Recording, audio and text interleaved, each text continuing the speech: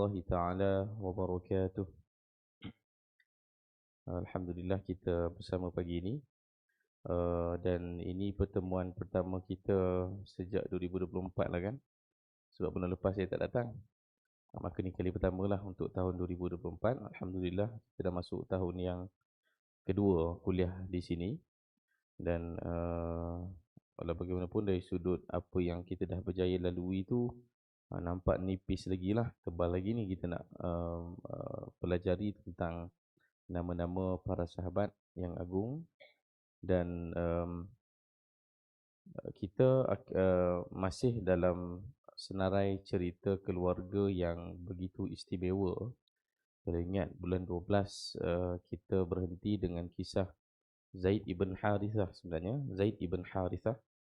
Dan untuk pagi ini saya cuba adil kepada beberapa ahli keluarga beliau. Sebenarnya seorang lah yang tidak disentuh dalam kitab ini. Kalau ikut pagi ni tentang Usamah ibn Zaid, anak dia. Cuma dia pelik sikit lah nak cerita tentang anak tapi tak cerita tentang mak dia. Dan kita faham kerana ini adalah pengajian sirah kehidupan para sahabat. Kita tak bercerita tentang sahabiat lagi.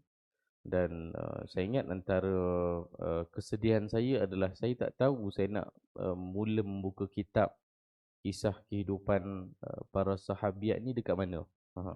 Sebab biasanya dekat surau masjid ni dia nak cerita lelaki. Dan kisah sahabiat tu kan kisah perempuan yang berada di keliling Nabi SAW. Dan mungkin saya tak tahu apa nama ni, sama ada kita tidak menyedari ataupun mungkin sebab memang itu apa nama ni, pilihan kita untuk tidak mengutamakan kisah para wanita, nak habiskan cerita lelaki dulu. Sedangkan kisah para wanita yang berada di keliling Nabi SAW ini adalah kisah yang, ialah kalau kita boleh bandingkan antara isteri-isteri Nabi SAW dengan kisah Usamah ibn Zaid, mana lebih penting, mana lebih utama? Mestilah isteri Nabi. Sebab mereka adalah ummahatul mukminin, ibu kita. Nama yang telah diletakkan sebagai name tag, kata mereka adalah ummahatul mukminin, ibu kepada orang-orang beriman. Maka tentulah ada perempuan dalam kalangan sahabat itu yang lebih utama berbanding sahabat yang lain, yang lelaki. Sebab tu saya rasa antara selang-selang kita punya kuliah ni kita cuba untuk lengkapkan cerita sebahagian sahabat yang agak janggal kita nak cerita sahabat itu tanpa ceritakan tentang watak perempuan yang ada dalam kalangan keluarga tersebut. Dan yang lepas kita dah cerita tentang Zaid ibn Harithah. Hari ni nak cerita tentang Usamah ibn Zaid, tapi saya nak mulakan dulu dengan cerita tentang ibu dia. Sebab kalau tak ada ibu Usamah, maka tak adalah Usamah, kan? Kalau Zaid tak bernikah dengan ibu Usamah, maka tak adalah Usamah. Dan sebab tu saya nak ambil ruang sedikit. Buku ni pun ada cerita sedikit saja tentang ibu Usamah. Sedangkan ibunya ibu yang sangat mulia, sangat utama. Bahkan digambarkan, dijanjikan syurga oleh Allah Ta'ala dalam hadis Nabi SAW. Beliau adalah Ummu Aiman ataupun Barakah Al-Habashiyah, nama asal dia. Cuma dia bergelar Ummu Aiman. Dan sama ada kita tahu atau tidak nama ini, tapi kita sebenarnya dah baca cerita dia. Iaitu ketika Nabi lahir, ketika Nabi SAW duduk lama dibesarkan oleh Halimatus Sa'diyah di Qaryah Banu Sa'ad. Ketika ibu baginda SAW wafat di Abwa', siapa watak yang sebenarnya nombor dua selepas ibu Nabi SAW? Sebab kan kita baca cerita, ibu Nabi wafat di Abwa'. Siapa yang bawa Nabi pulang ke Mekah? Siapa yang bawa Nabi daripada Abwa' atau bawa Nabi pulang ke Mekah? Siapa yang bawa? Dan dalam bilik, bukan bilik bedah lah kan, bilik kelahiran Nabi SAW itu, takkan hanya ada Aminah binti Wahab, mesti ada orang lain. Siapa orang lain tu? Siapa orang lain yang kita tak tahu tu? Dan apa lagi? Bila ibu Nabi wafat, siapa yang ganti posisi sebagai ibu untuk Nabi SAW? Sebagai ayah kita dah ada dah, Abu Talib. Okay? Tapi isteri Abu Talib, dia posisi isteri Abu Talib bukan macam ibu Nabi. Abu Talib macam ayah Nabi lah. Dia yang pelihara Nabi, dia latih Nabi SAW, dia bawa Nabi ke Syam untuk berniaga. Tapi ibunya siapa? Mesti ada orang yang menggantikan posisi ibu untuk Nabi SAW. Ini soalan-soalan yang muncul bila kita baca sirah. Dan hadis Nabi SAW akan menjelaskan itu semua, iaitu bila Nabi sebut, hiya ummi ba'da ummi. Wanita ini yang akan kita sebutkan, yang kita sebut tadi lah, Ummu Aiman, adalah Nabi sebut dalam hadis ummi ba'da ummi. Selepas ibu aku tak ada, ummi kan ibu kan. Selepas ibu aku tak ada, dia adalah ibu aku. Dan itu adalah Ummu Aiman. Kan pelik kan? Ummu Aiman kan isteri kepada Zaid ibn Harithah. Zaid ibn Harithah kan anak angkat Nabi.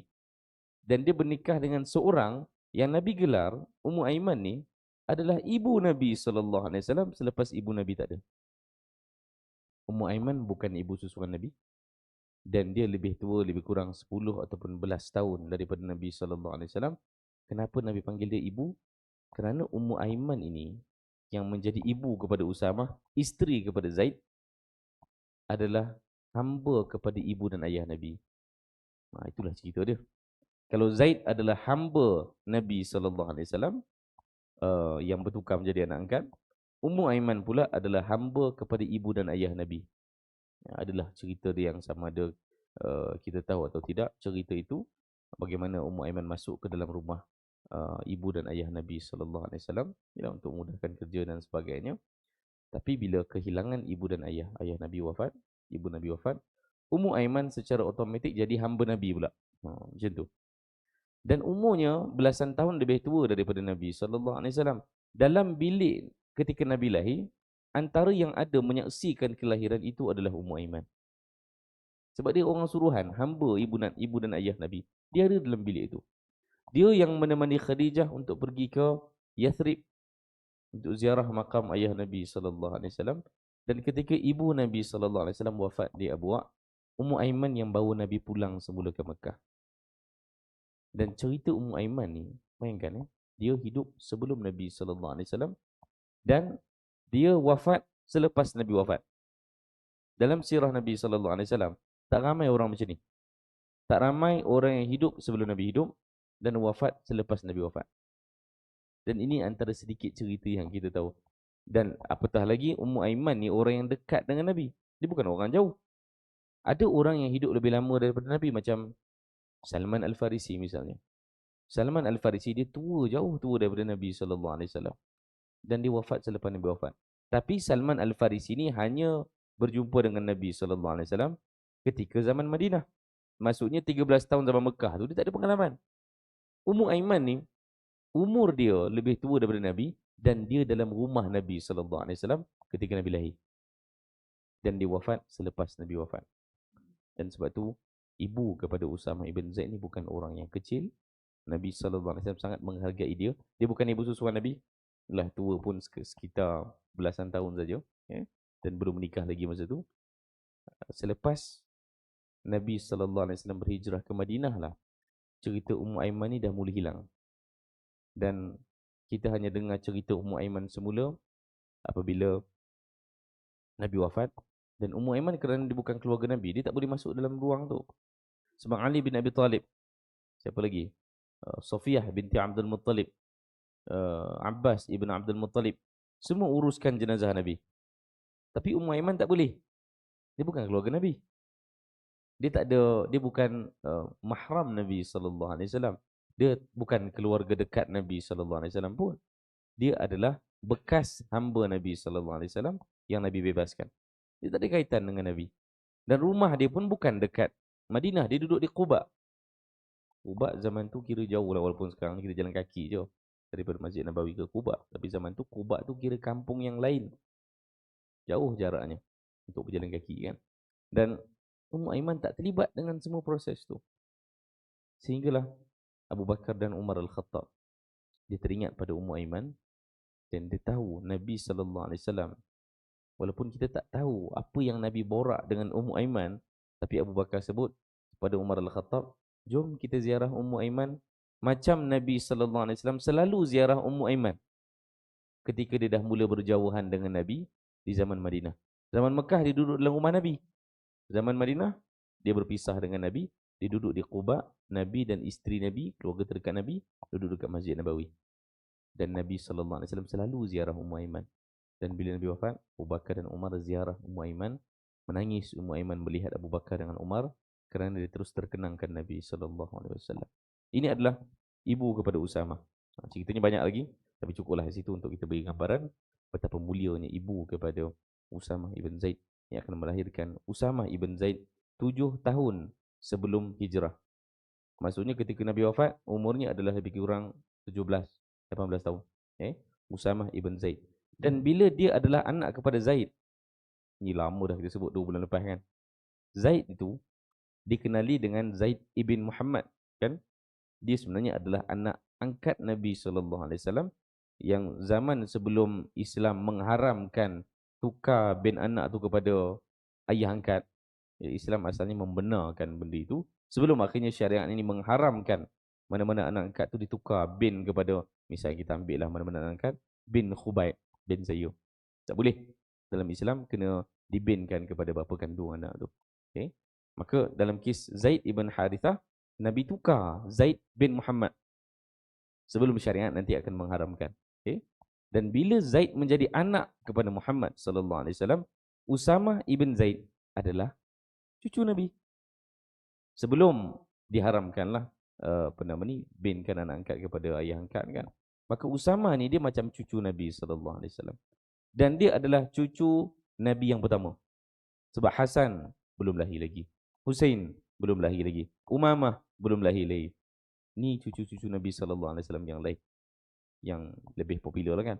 Usamah ni kuranglah naik sikit nama dia sebab dia adalah anak Zaid yang nanti kita akan kenal sebenarnya Zaid bukan anak Nabi. Dia adalah hamba Nabi, dia adalah anak angkat Nabi sallallahu alaihi wasallam. Maka ini adalah cucu pertama Nabi dan ini adalah cucu paling tua. Dan umurnya dia membesar di zaman Mekah sehingga Nabi hijrah tu umurnya lebih kurang 7 tahun.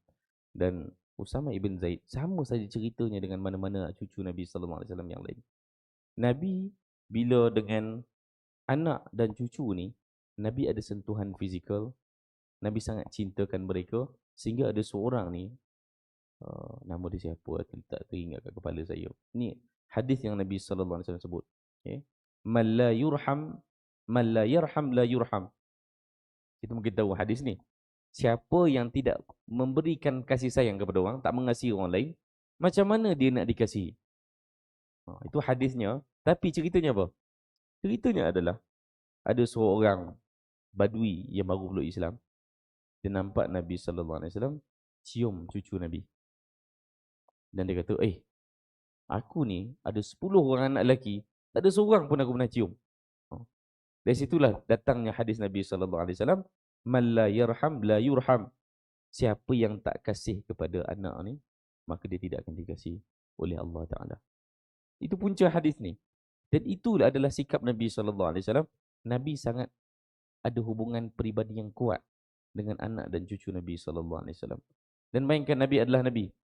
Nabi bukan kita lah kan. Maksudnya Nabi jauh lebih sibuk. Nabi kena urus negara. Nabi kena sampaikan risalah. Nabi kena selesaikan masalah sahabat. Nabi kena jawab soalan yang sahabat tanya. Tapi Nabi sallallahu alaihi wasallam masih ada masa dan masih mampu untuk berkasih sayang dengan anak dan cucunya. Biasanya kita lah, saya pun bapak-bapak juga kan. Biasanya bapak-bapak ni kan sibuk dengan macam-macam urusan luar. Yang lebih dikenali sebagai watak yang akan cium anak, yang akan peluk anak, biasanya ibu. Biasanya nenek. Atuknya tak ada masa. Sibuk dengan kebun, sibuk dengan kerja. Macam kita lah kan. Biasanya dengan cucu ni, dia kena nenek, dia kena ibu. Ibu adalah watak yang lebih mesra anak di rumah. Tapi Masya Allah, Nabi SAW mempamerkan bahawa dengan segala kesibukan Nabi SAW, Nabi cium anak Nabi, cucu Nabi SAW. Dan Nabi ada banyak riwayat dalam kitab kita sebenarnya menceritakan Nabi letak Usamah di atas pangkuan Nabi SAW. Nabi dokong Usamah ibn Zaid ketika salat. Bila Nabi SAW salat, waktu Nabi turun tu, Nabi akan lepaskan Usamah. Bila Nabi bangkit untuk bangun salat, Nabi akan dokong dia balik. Ini diceritakan dalam hadis. Dan ini adalah cerita tentang Nabi SAW. Maka adalah satu sunnah untuk kita semua. Kalaulah kita boleh nampak pahala bermain dengan cucu. Pahala bermain dengan anak, pahala menggembira dan membahagiakan anak cucu kita, maka kita akan menjadi atuk dan ayah yang lebih berkasih sayang dengan anak dan cucu kita. Sebab kehadiran Nabi SAW tak lain tak bukan adalah untuk tunjukkan kita apa itu sunnah. Dan antara sunnah yang tersembunyi yang kadang-kadang kita tak nampak itu adalah punca pahalanya, adalah berkasih sayang dengan keluarga kita sendiri. Jangan duk berkeras sangat. Berkasih sayang dengan anak cucu. Bahkan tahap cium dan dokong mereka pun ada pahala sunnah yang kita boleh dapat daripada perbuatan tersebut. Usamah ibn Zaid sebenarnya tak berapa banyak cerita yang kita boleh kutip tentang dia sebab umurnya muda, dia tak sertai perang Badar, tak sertai perang Uhud, tapi perang pertama yang disertai barangkali Khandaq itu pun gali parit lah. Kerana dia akan betul-betul menjadi seorang pemuda yang layak untuk sertai perang sekitar tahun ke-6 ataupun tahun ke-7 Hijrah. Dan perang pertama yang disertai adalah perang Mu'tah. Dan kenapa penting sebut tentang perang Mu'tah? Kerana ayah Usama syahid dalam perang Mu'tah. Kan kita cerita tentang Zaid bulan 12 lepas. Zaid ibn Harithah syahid dalam perang Mu'tah. Dan perang Mu'tah adalah perang menentang Rom. Ini perang yang pertama kali umat Islam zaman Nabi SAW berperang dengan kuasa yang paling besar di dunia pada ketika itu, Rom. Dan lokasinya jauh, di Jordan, Mu'tah. Nama tempat tu Mu'tah. Hari ni kalau daripada Mu'tah nak pergi ke Madinah tu, perjalanan naik bas pun saya ingat dalam sehari kot. Nak cerita jauhnya Mu'tah, sehari ambil masa untuk perjalanan daripada Mu'tah ke Madinah naik bas. Zaman sekarang. Apatah lagi zaman tu berjalan kaki, yang ada macam-macam keperluan, bawa barang dan sebagainya, tentu masa yang diperlukan lebih banyak. Dan di sinilah Usamah ibn Zaid pergi buat pertama kali ke medan jihad. Dan bayangkan dia melihat jasad ayahnya syahid dalam medan Mu'tah. Kali pertama pergi jihad dan kali pertama itulah dia nampak ayahnya syahid dalam medan Mu'tah. Sebab Zaid ibn Harithah akan syahid dalam perang Mu'tah. Sekejap saja dah 10 minit. Subuh sekarang lewat kan. Kat mana tadi? Usamah ibn Zaid. Dan antara yang kita boleh pilih, kita kena pilih cerita ni, masa tak ada ni. Cerita yang paling unik tentang Usamah ibn Zaid adalah cerita perpisahan dia dengan Nabi SAW. Perpisahan itu berlaku kerana sebab-sebab yang sangat agung, iaitu Nabi SAW. Nabi sakit dalam masa 1 minggu, 7 hari. Macam-macam perkara berlaku selama 7 hari itu. Dan di saat-saat terakhir kehidupan, kita pun akan berikan wasiat yang terbaik kepada anak kita, kepada pasangan kita, bila kita dah terbaring nak mati. Dan Nabi SAW tentu sekali Nabi akan berikan macam-macam wasiat kepada para sahabat. Nabi panggil orang Ansar, Nabi beri wasiat. Nabi panggil Muhajirin, Nabi beri wasiat. Nabi panggil isteri Nabi, beri wasiat. Dan salah satu daripada wasiat Nabi SAW, Usamah ibn Zaid dapat wasiat khusus yang berupa satu arahan. Usamah ibn Zaid yang kita ceritakan ni, umurnya baru 17 tahun. Dia kata 5. Dia dipanggil oleh Nabi SAW ketika Nabi sedang terbaring. 4 hari sebelum Nabi wafat. Nabi panggil Usamah, mari sini. Nabi berikan arahan, Usamah, kamu kena pergi tempat ayah kamu syahid. Dan kamu akan pimpin satu pasukan perang. Ke mana lagi? Ke arah siapa lagi? Kalau bukan Rom. Usamah diminta untuk memimpin pasukan perang Muslimin menuju ke Rom, menentang Rom. Dan ini diberikan arahan oleh Nabi SAW 4 hari sebelum Nabi wafat. Dan Nabi sedang sakit, bayangkan. Ketua dan juga Rasul yang kita cintai dah terbaring sakit. Kelihatan nampaknya macam dah tak berapa mampu nak segar balik dah. Dan Usamah mendapat arahan sebegitu rupa. Seorang budak yang kata 5. Dan sudahlah perang pertama disertai perang Mu'tah. Tak banyak perang yang dia pernah sertai. Dan Nabi minta dia pimpin satu pasukan yang sangat besar. Dan Nabi SAW seakan-akan meluangkan masa yang sangat istimewa dengan bekas cucu dia lah. Selepas Islam melarang tabanni, Maka terpisahlah dia tak jadi cucu rasmi Nabi sallallahu alaihi wasallam sebab ayah dia bukan lagi anak Nabi sallallahu alaihi wasallam. Dan Nabi luangkan masa sebenarnya dengan Usamah ibn Zaid. Beberapa kali Usamah ibn Zaid cuba jumpa Nabi balik. Betul ke aku kena pergi Rom ni? Nabi sampai angkat jari tunjuk pada langit. Nabi beritahu kepada Usamah ibn Zaid, Allah Ta'ala bersama dengan kamu. Sebab memang itulah arahan Nabi sallallahu alaihi wasallam. Pergi Rom. Usamah tentulah takut. Dan para sahabat sebenarnya ada beberapa riwayat yang saya tak sempat cerita semua. Para sahabat pun tak bersetuju sebenarnya. Tapi kerana Nabi yang bagi arahan tu, maka kena buatlah. Bila Nabi dah berikan arahan, ya, maka itu dianggap sebagai arahan daripada seorang Rasul dan seorang ketua, maka kena buatlah. Ya. Dan ini seakan-akan wahyu daripada Allah Ta'ala yang tak boleh dibantah dah, kena buat. Tak kisahlah logik ke tak logik ke, kena buat. Kerana ini arahan Allah Ta'ala. Maka Nabi sebut kepada Usamah, pergi je, jangan risau. Allah bersama kamu. Dan Usamah akhirnya berangkat keluar daripada Madinah. Dan Usamah tentulah, kita kalau ada orang tersayang yang kita sayang, kita tak pernah terfikir satu masa nanti orang itu akan hilang. Sebab tu setiap kali orang tersayang kita meninggal dunia, kita akan menangis. Kita akan sedih. Sebab tidak pernah kita menyangka yang orang tu akan tak ada satu masa nanti. Sama macam Usamah ibn Zaid.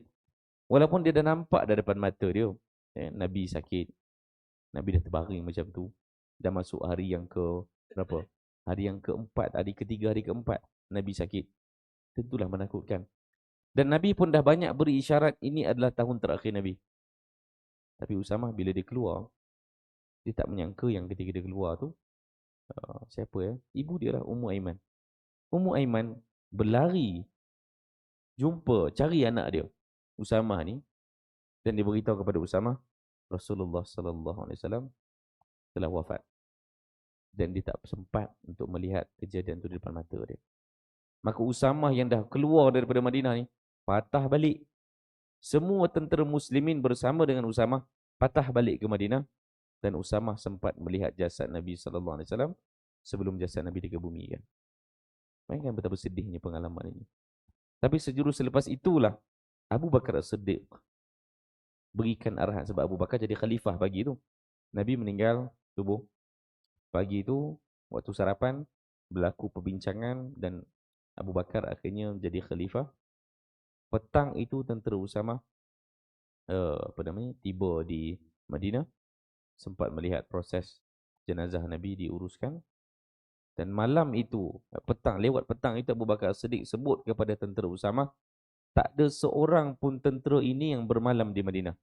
Semua kena keluar balik, pergi ke tempat yang Nabi suruh pergi. Sebab Nabi dah bagi arahan. Sahabat sebenarnya beritahu Abu Bakar, tak payahlah, cukuplah. Nabi baru saja wafat. Kita ni, Nabi dah hilang, Nabi dah tak ada. Takkan kita nak teruskan? Ini projek yang besar ni.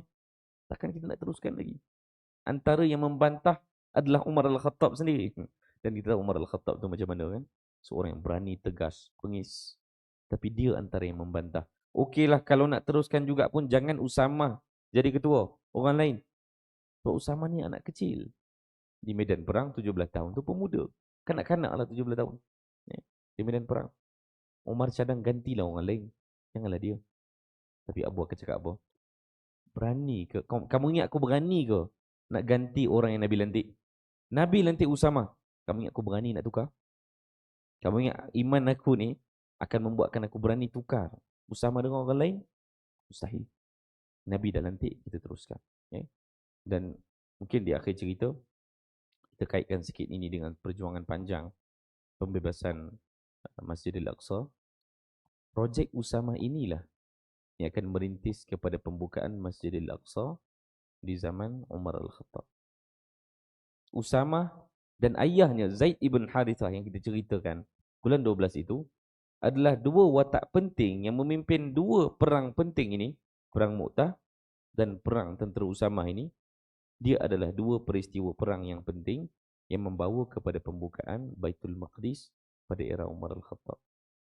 Nampak bagaimana Nabi posisikan mereka ini.